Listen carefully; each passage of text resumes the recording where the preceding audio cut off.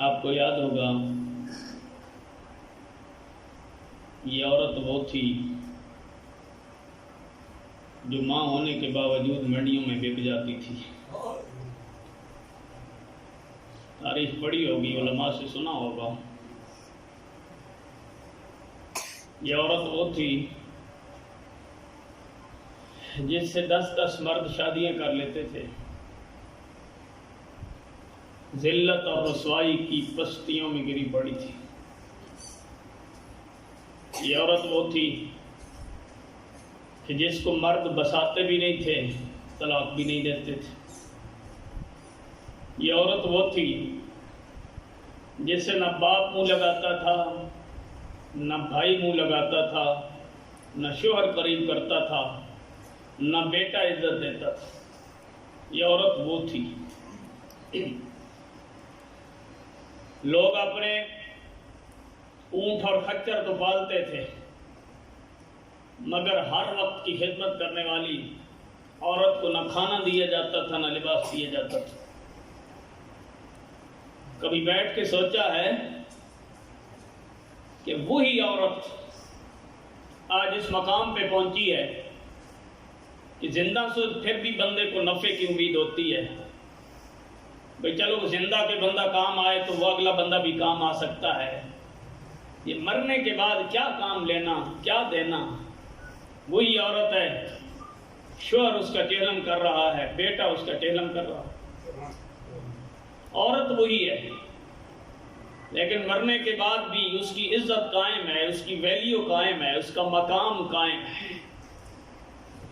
کبھی سوچا ہے کہ عورت کو پستیوں کی ان گہرائیوں سے اٹھا کے اوج ثریا پہ کس نے پہنچایا ہے؟ سبحان اللہ، سبحان اللہ. یہ عزت اور مقام عورت کو کس نے عطا کیا ہے؟ یہ اسی ہستی نے دیا جن کے لیے میرے امام اہل سنت کہتے ہیں کروں تیرے نام پہ جاں فدا، سبحان اللہ.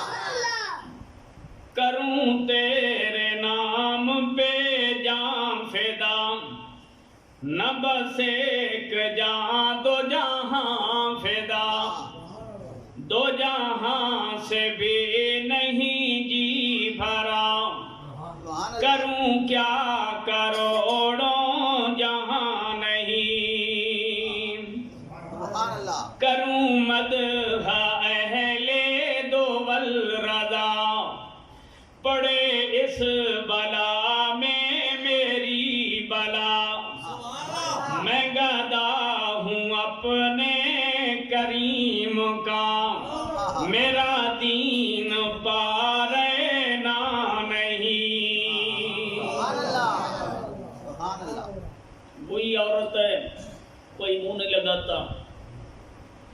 آج وہی عورت ہے، مرنے کے بعد دنیا سے یاد کر رہے ہیں. یہ نہیں کہ عورت پڑھی لکھی ہے، یہ نہیں کہ عورت ایجوکیٹڈ ہے، یہ نہیں کہ خاتون کوئی ولیہ کاملہ ہے، یہ نہیں کہ عورت انتہائی متقی اور پرہیزگار ہے، بلکہ اس عورت کے اندر ایک ہی کمال ہے کہ کلمہ آمنہ کے لال کا پڑا ہے. اس عورت کے اندر جو خوبی نظر آئی وہ یہی ہے کہ اپنا تعلق حضور کے ساتھ جوڑا ہے. زندگی میں پڑھ لیا لا الہ الا اللہ محمد الرسول اللہ. میرے کریم نے فرمایا جس نے ہمیں دل سے یاد کیا پھر ہم نے اس کی یادیں باقی رکھی ہیں. بڑی بڑی کروڑ پتی خواتین ہندوؤں کی مر گئیں، بڑی بڑی ارب پتی خاتون انگریزوں کی، عیسائیوں کی، یہودیوں کی مر گئیں. بڑی بڑی بینک بیلنس رکھنے والی خواتین سکھوں کے گھروں کے اندر سے چلی گئیں. بڑی بڑی دولت کے انبار رکھنے والے غیر مسلموں کی عورتیں مر گئیں. اربوں خربوں رکھنے والی عورتیں مر گئیں. 10 بچوں کی مائیں مر گئیں. بڑے بڑے ایجوکیٹڈ سکولوں کے اندر پڑھنے والی عورتیں مر گئیں، بڑے بڑے خاندانوں کے ساتھ تعلق رکھنے والی عورتیں مر گئیں، لیکن جب مر گئیں جائیداد پیچھے ان کے اوپر قبضہ کر لیا گیا، پیچھے سے نام لینے والا کوئی نہیں ہے۔ کسی نے اپنی ماں کو آگ لگا دی، کسی نے اپنی ماں کو درگور کر دیا، پھر بعد میں نام نہیں لیا گیا۔ کیوں نہیں لیا گیا؟ مرنے والی کا تعلق رسول اللہ سے نہیں تھا۔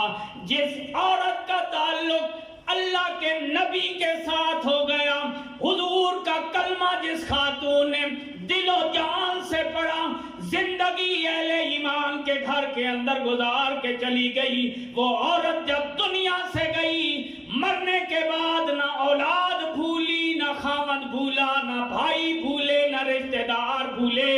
آج 40 دن ہو گئے، 40 دنوں کے بعد ایک ان پڑھ عورت کو اللہ کے گھر میں بیٹھ کے کتنے لوگ یاد کر رہے ہیں۔ یہ عورت کا کمال نہیں، اس کے خاندان کا کمال نہیں، اس کے بہن بھائیوں کا کمال نہیں، یہ کمال ہے تو وفائے مصطفیٰ کا کمال ہے۔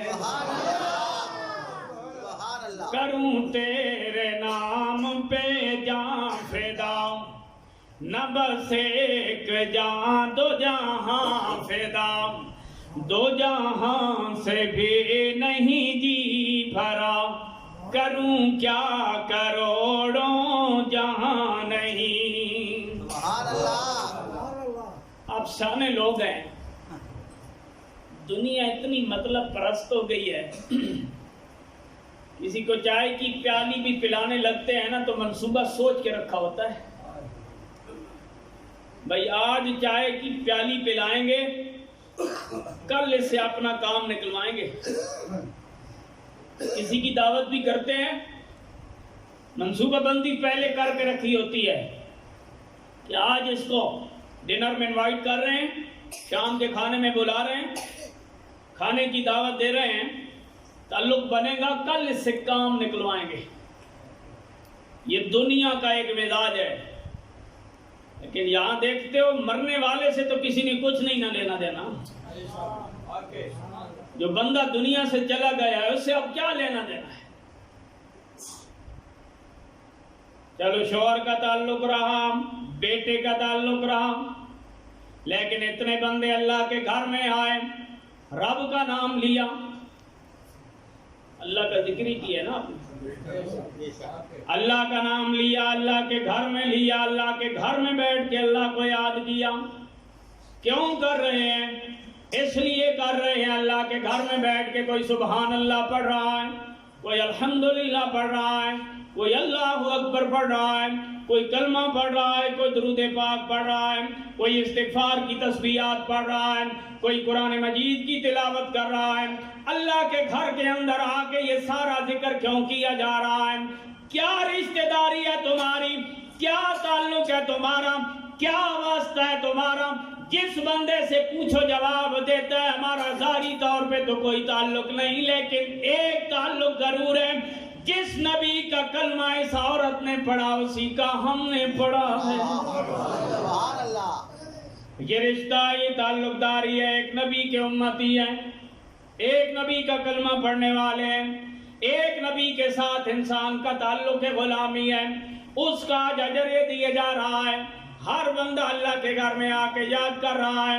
میں نے کہا یہ برکت ہے رسول اللہ صلی اللہ علیہ وآلہ وسلم کی غلامی کی، یہ برکت ہے آقا کریم صلی اللہ علیہ وآلہ وسلم کا کلمہ پڑھنے کی۔